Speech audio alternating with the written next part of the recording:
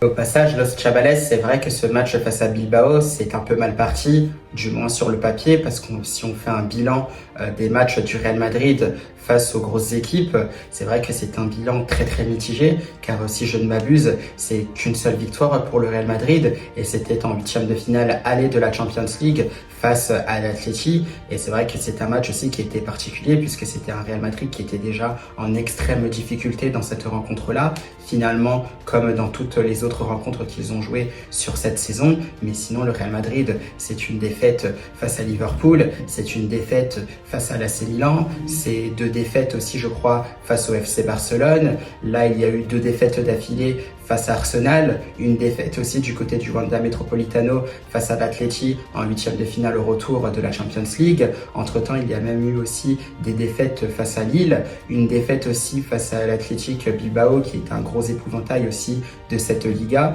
Ce même Bilbao d'ailleurs qui viendra au Bernabeu ce dimanche. Donc voilà, face aux grosses équipes, donc dans de grosses confrontations, c'est un Real Madrid qui sort vraiment avec un bilan plus que mitigé, une seule victoire, donc c'est vrai que ça complique pas mal les choses, et c'est vrai que quand on se fixe uniquement là-dessus sur les stats par rapport au gros match, justement, c'est un Real Madrid qui est très loin de ses standards, c'est un Real Madrid qui ne répond tout simplement pas aux attentes, et là, attention, parce que justement avec un gros adversaire de la Liga qui arrive au Bernabeu, c'est tout simplement une nouvelle défaite qui peut justement frapper le Real Madrid, et surtout cette perte de la Liga, donc dès ce dimanche. Mais bon, on espère que ce ne sera pas le cas, à voir ce qu'il se passera dans ce match.